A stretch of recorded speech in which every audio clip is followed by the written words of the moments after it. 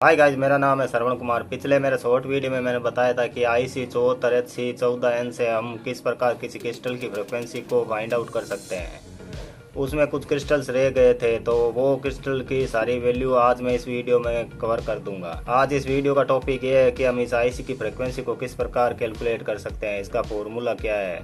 तो चलिए देखते हैं। चलिए गाइस, हमारे पास ये IC है। अब हम इसमें माइनस और प्लस की तारों को जोड़ लेते हैं। ग्राउंड की तार जो माइनस की है वो IC की 7वीं पिन पर जुड़ेगी, जो कि ब्लैक कलर की वायर है। और प्लस VCC सप्लाई के लिए मैं इस IC की 14वीं पिन पर जोड़ रहा हूँ रेड कलर की वायर। IC की दूसरी और तीसरी तार को मैं शॉर्ट कर रहा हूँ, क्योंकि मैं एक आउटपुट को दूसरे की इनपुट में दूंगा, यानी कि एक स्मिथ ट्रिगर की आउटपुट को दूसरे स्मिथ ट्रिगर के इनपुट में दूंगा। हम दूसरे स्मिथ ट्रिगर से आउटपुट लेंगे। अब फीडबैक के लिए रजिस्टर दे के यहाँ पर मैं 300 किलो ओम का जोड़ रहा हूँ।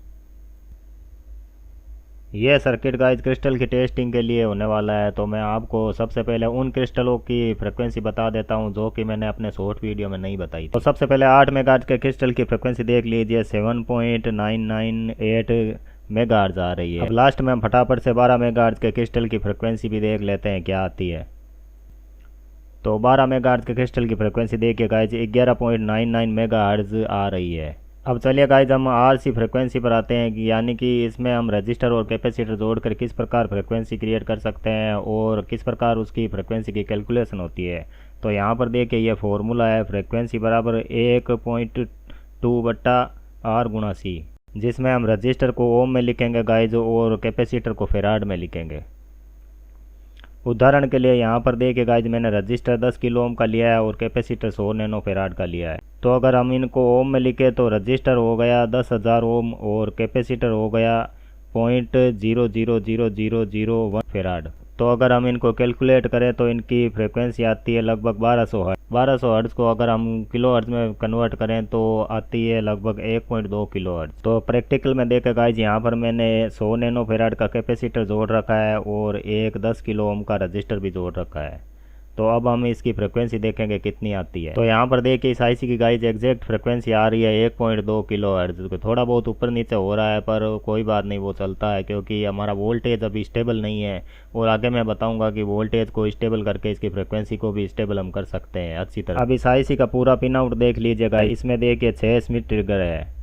जो 7वीं पिन है वो ग्राउंड होती है इस IC की, और जो 14वीं पिन है वो VCC की होती है। और यहाँ पर इसका सर्किट डायग्राम भी देख लीजिए गाइस, जो कि मैंने कांस्टेंट फ्रिक्वेंसी के लिए बनाया 1.2 किलोहर्ट्ज के लिए, जिसमें मैंने 2 स्मिथ ट्रिगर को सीरीज में यूज़ किया है। चलिए गाइस, अब मैं आपको दूसरा एग्जांपल देता हूँ। यहाँ पर मैंने रजिस्टर 10K का लिया है और कैपेसिटर 10 नैनो फेराड का इस बार कर दिया, यानी कि कैपेसिटर की वैल्यू इस बार घटा दी है। तो कैलकुलेशन के अनुसार हमारी फ्रिक्वेंसी आएगी लगभग 12 किलो हर्ट्ज। तो देखिए 103 कोड का कैपेसिटर है मेरे पास 10 नैनो फेराड का लगभग। चलिए इसकी फ्रिक्वेंसी देख लेते हैं। यहाँ पर देखिए गाइस, इसकी फ्रिक्वेंसी 10 किलो हर्ट्ज आ रही है। इसका मतलब ये है कि गाइस ये कैपेसिटर की वैल्यू 100 नैनो फेराड नहीं है, इससे ऊपर है थोड़ी। चलिए गाइस, एक और एग्जांपल देख लेते हैं। यहाँ पर मैं R की वैल्यू 10K रख रहा हूँ और C की वैल्यू 1 नैनो फेराड रख रहा हूँ। हमारी फ्रिक्वेंसी आती है लगभग 120 किलो हर्ट्ज। तो ये देखिए 102 कोड का एक कैपेसिटर जो कि 1 नैनो फेराड का है। इसको मैं जोड़ के अभी आपको बताता हूँ।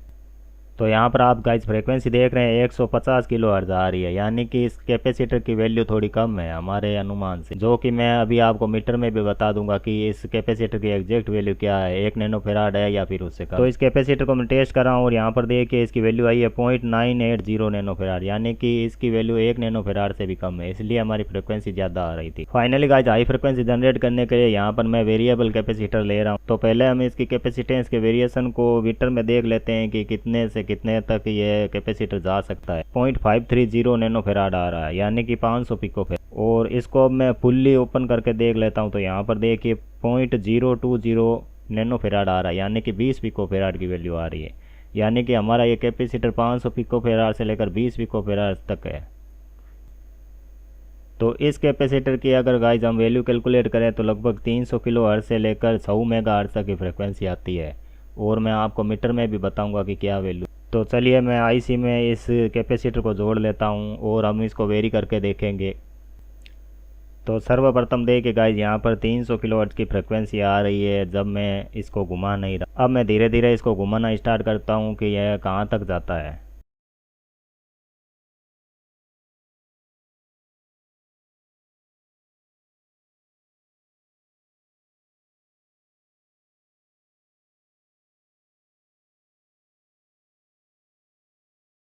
4 मेगाहर्ट्ज़, 5 6 मेगाहर्ट्ज़, 6.7 मेगाहर्ट्ज़। थोड़ा बहुत हैंड इफेक्ट भी होता है गाइज हाई फ्रिक्वेंसी में के अंदर, तो मैं हैंड को हटा लेता हूँ और यहाँ पर देखिए 6.3 मेगाहर्ट्ज़ आ रही है फ्रिक्वेंसी, जो कि हमारी कैलकुलेशन के हिसाब से करीब की वैल्यू है। थोड़ा बहुत कैपेसिटर का भी टॉलरेंस होता है। और सो गाइज अभी तक जो हमने सारी फ्रिक्वेंसियाँ देखी वो स्टेबल नहीं थी, यानी थोड़ी बहुत उसमें फ्लक्चुएशन थी। उसको स्टेबल करने के लिए गाइज हम कांस्टेंट वोल्टेज सोर्स लगा सकते हैं। यहाँ पर देखिए मैं 7805 का यूज़ कर रहा हूँ, जो कि हमें कांस्टेंट 5 वोल्टेज प्रोवाइड करेगी। तो यहाँ पर देखिए मैंने 7805 आईसी यूज़ की और इसके आउटपुट के अंदर मैंने कैपेसिटर भी लगाया जो कि वोल्टेज को और भी ज़्यादा स्टेबल कर देगा। इनपुट में मैं 12 वोल्टेज दे रहा हूँ जो कि स्टेबल नहीं है। और यहाँ पर मीटर में देखे 5 वोल्टेज कितने स्टेबल है। तो यहाँ पर देखिए गाइज हमारी फ्रिक्वेंसी भी कितनी स्टेबल आ रही है और हैंड इफेक्ट भी कम हो रहा है। कितनी स्टेबल फ्रिक्वेंसी हमें मिल रही है। 5 मेगाहर्ट्ज़ पर देखिए गाइज ये फ्रिक्वेंसी कितनी स्टेबल है और हैंड इफेक्ट भी कितना नहीं हो रहा है।